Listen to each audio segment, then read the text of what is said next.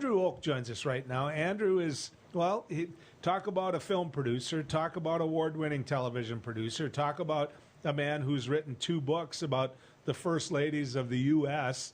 Interesting topic, and I'm looking forward to this. Andrew, good to have you coming down the road with us. Great to be here with you. Want to talk a little bit about first ladies. What made you say, you know what, this is a topic the world needs to know more about? Well, that's a great question. I was in the right place at the right time. I'm a television producer, or now, as I say, a recovering television producer. And C-SPAN and the White House Historical Association needed just a real animal on the road, someone that would go out by himself, 7 bags of gear, and just hit every location in a very short amount of time with no crew, no staff on the road with me. Of course, there was a great staff of producers and editors and hosts and researchers back in Washington. But I really went out and just picked up everything that wasn't nailed down and then some, and went in every nook and cranny for every first lady, Martha Washington through Michelle Obama at the time, and did that in a year and 2 months to bring that series, and was actually recording some of the material and getting the interviews and content while the series was going on live on C-SPAN. You know, a lot of people would want to begin now and work backwards. I'm just the opposite. I really am, Andrew. I want to go at the beginning and work forward. Martha Washington. Here's what I know, and then you can tell me I'm wrong. You ready? Sure. that she's a Custis. That there was a relationship there with Robert E. Lee and his wife, and that Arlington itself was the home of Custis, and it was one of the most important properties out there. And because of that, the Union soldiers turned it into a graveyard. And so tell me what I'm right about there and what I'm wrong about. Well, you're right about a lot, and then the most remarkable thing in part of the story is that she was a Custis. She was married before George Washington, and not a lot of people know that. She's Martha Dandridge, born Martha Dandridge, and she's a naturally capable, intelligent, and remarkable woman on her own, but she's not of the social standing of the Custises. So when Daniel Parke Custis fell in love with her, he was a very wealthy man. I mean, they were a real muckety-muck of the new world of the colonies. And Custis's father didn't approve of the union, didn't approve of the wedding, of the marriage. But he met Martha and said she was fantastic. So the wedding does take place. And then the important part here is that Custis dies. Custis left her a widow at 26, but he left her extremely wealthy. She was one of the first successful female CEOs of the new world, of the colonies. And if you think about it like that, she was in charge of over 8,000 productive tobacco acres. She had 4 to 5 times the Virginia state governor's annual salary in cash on hand, and owned a ton of real estate in a booming metropolis hub of the colonies, Williamsburg, Virginia. Enter George Washington. George Washington needs her social standing, needs her money, and needs her at his side during nearly every winter encampment of the Revolutionary War.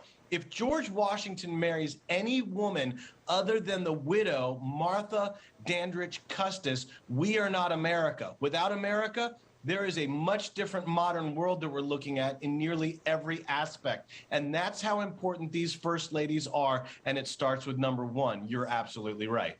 Did she love him?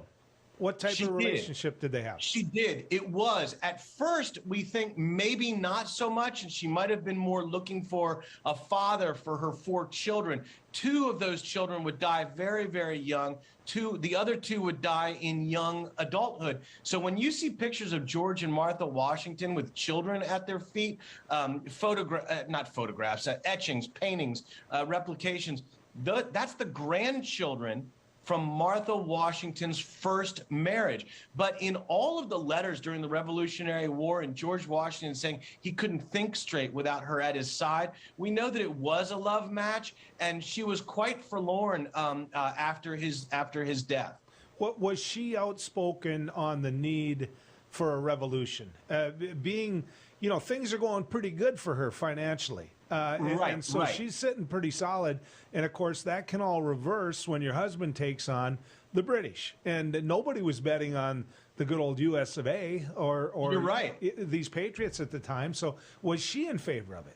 Well, and you make a great point. And now, whether she was, how in favor or not, George Washington basically came home and said to his wife, "Hey, honey, I got a great idea. I'm going to overthrow the most powerful force and government and military entity in the world at the time." And she said, "Okay." And then he said, "I'm going to need your money." And I'm going to, because if she couldn't sustain the homestead and the corporation and the acres and the real estate, then George would have had to. And if George had to do that, then he couldn't lead the revolution. So, and then if she was not in favor, she certainly would not have hopped at great physical danger in this carriage and haul this entourage to all these winter encampments. And we know that she actually gave impromptu press releases along the way. How people knew who she was or what was going on without, U.S. mail and without communication and without electricity and things. But people knew who she was, and they wanted to know along these journeys to these winter encampments, how are things going? And she would let them know. And so we have to think that at a great level, she was very much in favor of this, went along and was at her husband's side during the entire thing, practically. Okay, I'm going to go forward, even though I could do a Martha Washington all day. I'm going to go to Thomas Jefferson. I think there's a good understanding in the public, and you can just tell me yes or no on this one, that John Adams and his wife were very much a team. Were very much partners. Am I right about that? They were. John Adams and Abigail Adams were remarkable. And here's the thing for listeners, they should check out the Massachusetts Historical Society. There are over 70,000 pages of Adams family correspondence that tell the tale of this revolution, of this congressional Congress, of this union. And Abigail Adams had insight into things that we're still struggling with: gender equality, civil rights, religious freedoms. She was just an incredibly remarkable progressive thinker that would be someone to be listened to even in modern times. Okay, so let's go to Thomas Jefferson, because Sure. There's a lot of talk out there about Thomas Jefferson's relationship with his wife, with his extracurricular activities, and Sure. so how that might have affected marriage. I'm curious what you found out about that. Well, here's the thing, and this is interesting, and I try and take an interesting take, and I try and give a little perspective to things and find out things that maybe are misconstrued or romanticized over time. Thomas Jefferson's wife died 20 years before he entered the White House.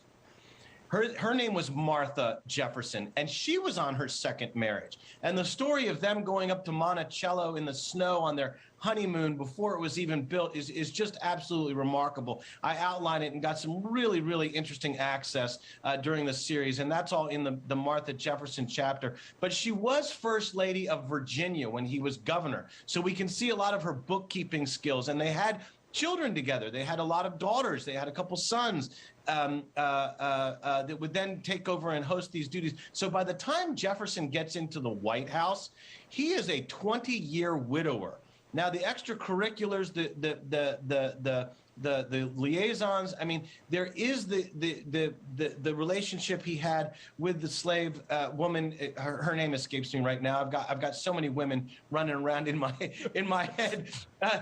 But in all, and again, we have to take the times into consideration. Let's go with the across the board that slavery is horrible. It exists in the world. It exists in multiple cultures. Still today, it's horrible.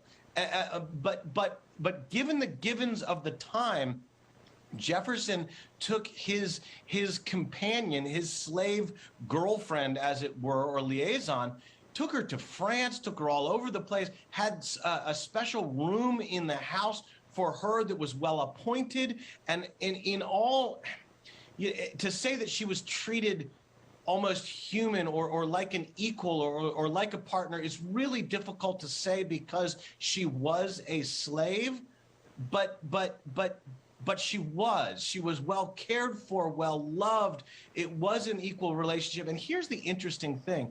It is said, it is written, I believe in the documents and diaries, that on her deathbed, Martha Washington, Jefferson's wife, She was raised by a stepmother, and this is kind of, Walt Disney made a fortune on the evil stepmother, the concept. And Martha Jefferson did not get along with her stepmother, and she said on her deathbed to her husband, "Please do not marry after me, and do not let our children be raised by a stepmother."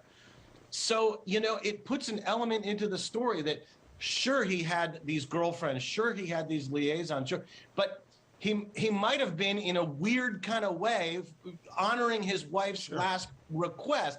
And we also know that Jefferson was extremely tight with his daughters. Martha Patsy Jefferson Randolph, one of the daughters that was his official White House hostess, was also his hostess at Monticello. During most of her life, it's a very, very interesting and close relationship. One that was also very close with the Adamses, as they were good family friends. We were talking about Thomas Jefferson, and we were talking about people that were so important in his life. I want to make sure I understand all the names and all the faces. What did you have for me? Yeah, Sally Hemings is the woman that I was struggling to come up with, and I didn't want to say the wrong name, but that was his closest, life partner, girlfriend. She wasn't enslaved people. She was a property, but it's just, we weren't there to see it. We weren't there to know, and it's a very difficult thing to try and talk about, not having been there and even justify in the least bit. I just wanted to stress how much I'm justifying their relationship, not slavery in general, of course, or the fact that she was property. That's horrific. That's horrible. I'm just saying I think she had a very, very unusual life and was very well taken care of, as horrible as that sounds, and loved by Jefferson. Just knowing that the places that she went with him and the type of living arrangement they had. And no one wants to justify slavery, not the least of which is you, clearly. But it's the time. And difficult. It's difficult when we talked a little bit about, reading these letters, you even have to take the language and you cannot modernize this. You have to take yourself back into a time when people died from dysentery, died from dehydration. They got shot in the streets in duels. There were civil wars. There was not electricity. People thought the earth was flat. I mean, to take yourself so far back in time and try and put yourself in people's shoes. But that's also what makes someone like Abigail Adams, who knew that slavery was wrong from the beginning, that progressive and that modern and that incredible of a human being thinker. Well, absolutely spot on.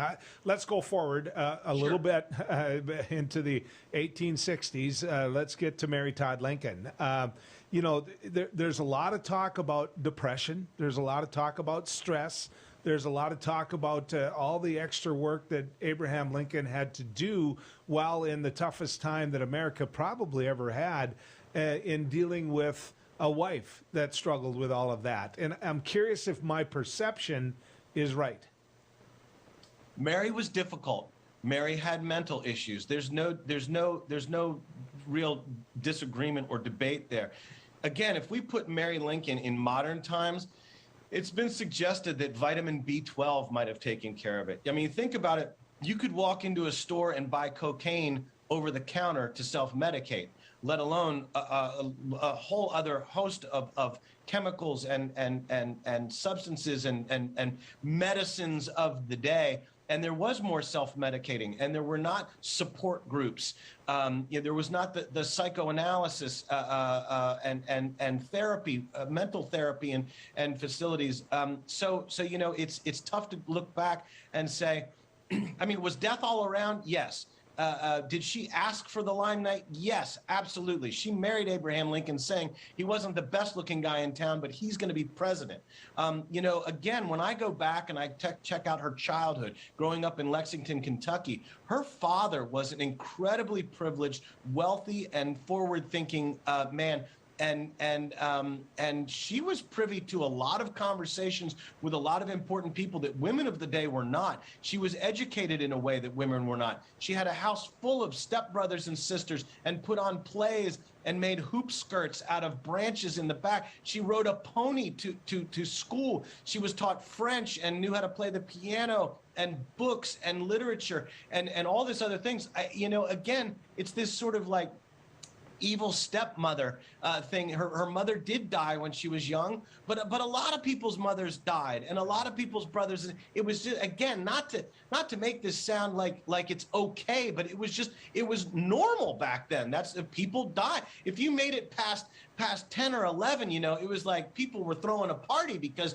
a lot of kids died, unfortunately. That's why people had so many children and things like that. So, Mary Lincoln's upbringing, I think, was much happier than we thought. And she did have medical issues that when she finally was institutionalized by her son to help save her life, she was kind of put on a more straight and narrow path that later in life she had a better time, even with all the tragedy and things that happened in her life. How did a person like that hook up with a person like Abraham Lincoln? Or was the perception of Abraham Lincoln just a story? What was it, the modest life that Abraham Lincoln came from, which actually could have been described as poor in many people's cases? How does a man like Abraham Lincoln end up in a room with Mary Todd, who becomes Mary Lincoln, and end up being this person where they fall in love? I mean, how does that happen? Yeah.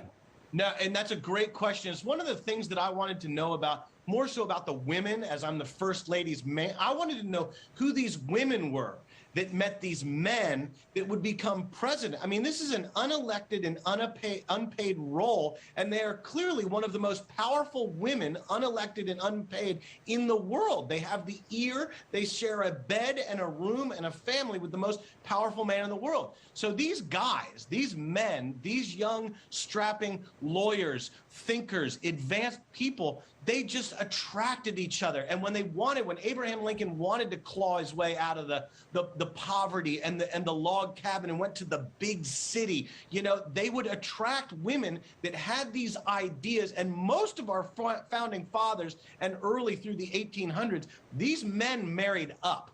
They were men of little means, but big ideas. And they would have to find these wealthy women, these privileged women, these upscale women, to take them places. But then these women also, even if subconsciously, had to hitch their wagons to these men if their ideas or their aptitude would ever see the light of day, because these women can't vote, they can't have educations, they can't drive, they can't own property, they can't have bank accounts or jobs, so they almost needed each other to advance each other. And in the case of Abraham Lincoln, this guy just comes to town and he's got something special. Look at Abraham Lincoln's vice president, a poor tailor from Greenville, Tennessee, Andrew Johnson. He couldn't even read or write. From a different party.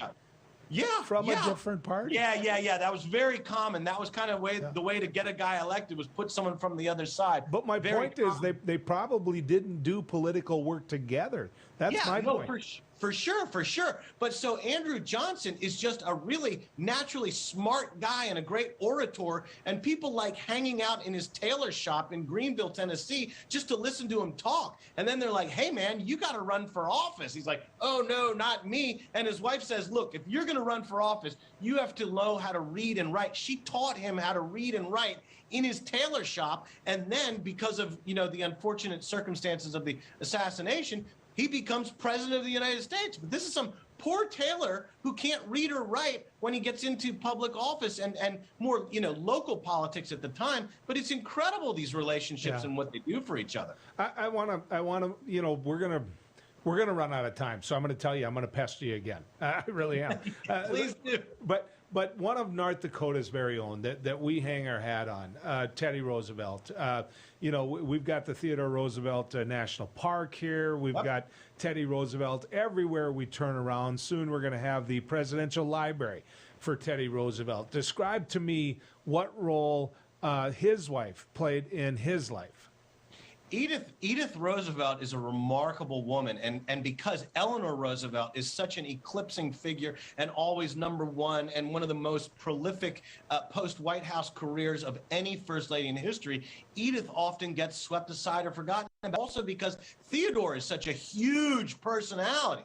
But I always say Edith Roosevelt had 7 children to wrangle, because I include Theodore Roosevelt as one of those kids. I mean, they were all maniacs, and they come into the White House again after an assassination. This is a huge time. Security is a concern. She's got a large active family, and McKinley, before Theodore Roosevelt, had no children. Their daughters died very, very young, led to some of the depression and some of the epilepsy symptoms and episodes of Ida McKinley, a whole nother story in herself, and an incredibly accomplished woman in her own right.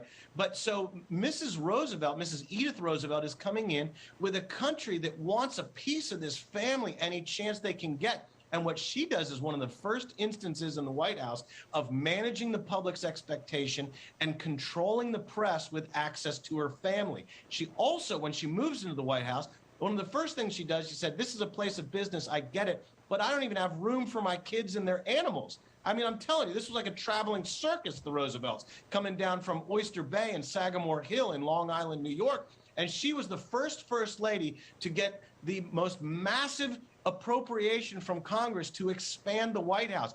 We have the East Wing for social events because of Edith Roosevelt. We have the West Wing for offices because of Edith Roosevelt. And then the center of the White House, the original structure and footprint, becomes the residence, simply because she needed the space and she needed to contain this massive, huge, active family. Theodore Roosevelt was the youngest president ever. He wasn't elected, came in as vice president. I get that. But how old was Edith in relation to Theodore? Because, you know, these two had to be considered very young to have the keys to the White House. For sure. Now also, but keep in mind, before the Roosevelts, Tyler's second wife, Julia Gardner Tyler, was the youngest first lady at 23 years old. Now, he's into his 40s, and that's a whole nother story. But then Grover Cleveland, the second president elected as a bachelor, got married while in the White House to Frances Folsom Cleveland, who was 21. And she was the youngest, to this day, youngest first lady in history. Now, Edith Roosevelt was not in her 20s, but she was closer to Theodore's age. They're childhood friends. They grew up together in New York, and Edith Caro was best friends with one of Theodore's sisters. And then Theodore goes off to college. He falls in love with someone else. It's not documented, and no one can tell me, and I can't find out what ended Edith and Theodore's pre-college relationship, friendship, courtship. But Theodore Roosevelt does marry a woman named Alice, who dies in childbirth, giving birth to Theodore's first and oldest daughter, Alice Roosevelt. And then after the death, and after he goes out west, closer out to you guys, and becomes a rancher and comes back and reunites with his East Coast roots, he gets back together with Edith Caro. Instantly, they pick up right where they left off, get married, and have 5 children on their own. And she becomes one of the younger first ladies in history. Okay, so I'm never going to make it from 1960 on to where we're at today. So let's forget that. Because the problem for you is we've got your phone number and we're going to call you back. That's not a problem, But Joel. I want to ask this question. It's going to come out of left field at you. Okay. Sure. Was there any first ladies that, number one, prior to 1960, that married out of convenience because of power, number one, or had to deal with a husband's sexuality? Well, those are two very different questions. Yes, they are. And you're talking about prior to 1960. So in the 1700s and 1800s, was there a woman that married for power? Mary Lincoln. Mary Lincoln, 100%. I mean, she had her eyes set. Helen Taft.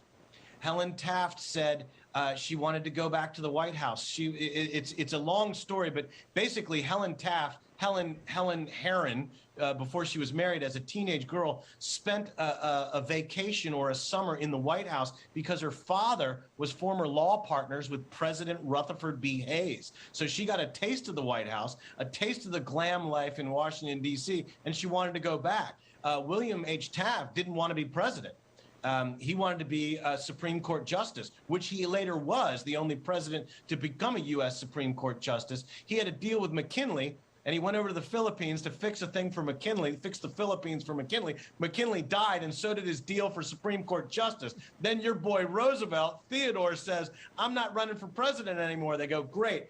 Taft, you're our boy. And Helen's like, you bet he is, because she wanted to get to the White House. Now, I don't think he went kicking and screaming to the White House, but it wasn't his goal. It wasn't his ultimate goal. And he ended up there, and she got there as well. So there's two off the top of my head. And Andrew, there's one more chapter there, too, that Taft and Roosevelt disliked each other so much that Roosevelt bull mooses this next election, basically costs Taft the election. So his first lady must have despised Theodore Roosevelt. Yeah, they all don't get along just because they're first ladies. But another one, I tell you, she didn't marry for power, but she stayed married for it, was Eleanor Roosevelt. Franklin Delano Roosevelt, FDR, revealed basically at the same time, I've got polio and I've got a girlfriend. And Eleanor was like, I'm out of here. And Sarah Delano said, no, we're Roosevelts. Roosevelts don't get divorced. There's too much money. There's too much power. There's too much reputation. So she stayed there and then relaunched FDR, the longest president in history in 4 elected terms. FDR, wartime president, Depression president, it goes on and on and on. He would never have been in office had it not been for his wife, because FDR was a mama's boy, and his mom wanted him to stay home because he had polio and they had plenty of money. But Eleanor said, if I'm going to stay married, he's got to have a public life, because if he doesn't have a public life, I have no life. Yeah, and we're out of time. And I apologize to all the viewers. We're going to do this again. We are. But one of the reasons I asked the question, I want Andrew to think about this before we call him again, about sexuality, is because it's been my experience that women can look past that for power, and vice versa, whether it's power or money. And so there was a lot of talk about Abraham Lincoln when it came to that, and it showed up in some of the books that I read. But Andrew, thank you. Thank you so much. The research, the work, the knowledge. Promise me you'll come on again.